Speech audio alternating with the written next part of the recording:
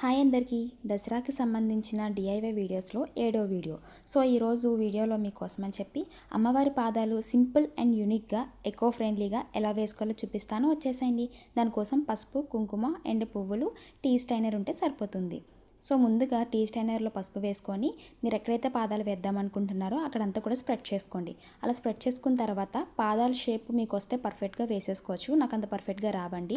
So దానికోసం అని చెప్పి పేపర్ మీద షేప్ వేసుకొని కట్ చేసుకొని ఇలా కుంకుమ అనేది వేసుకుంటున్నాను. మీరు ఎన్ని పాదాలు వేసుకోవాలనుకుంటే అన్ని వేసుకోవచ్చు. నేను ఇక్కడ మీకైతే కనుక ఒక 4-5 పాదాలు వేసి చూపిస్తానండి. సో ఇలా వేసుకున్న తర్వాత ఎక్కడైనా గ్యాప్స్ అనేది వస్తే కనుక చేత్తో కూడా ఫిల్ చేసుకోవచ్చు.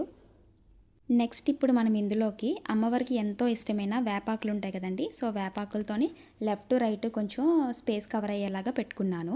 తర్వాత నా దగ్గర ఉన్న గులాబీ రేఖలతోని లెఫ్ట్ రైట్ కూడా చక్కగా వేసుకున్నానండి.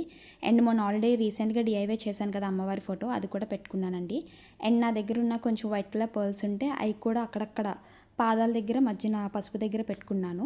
అండ్ అది ఒక్కసారిగా పర్ల్స్ పెట్టగానే లుక్ అనేది టోటల్గా చాలా మారిపోయిందండి.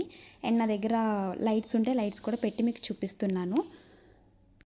ఒక్కసారిగా లైట్స్ ఆఫ్ చేసి చూస్తే అమ్మవారు స్వయంగా తన పాదాలతో తనే వచ్చి కూర్చుందా, సింహాసనం మీద కూర్చున్నట్టు అనిపించిందండి నాకైతే.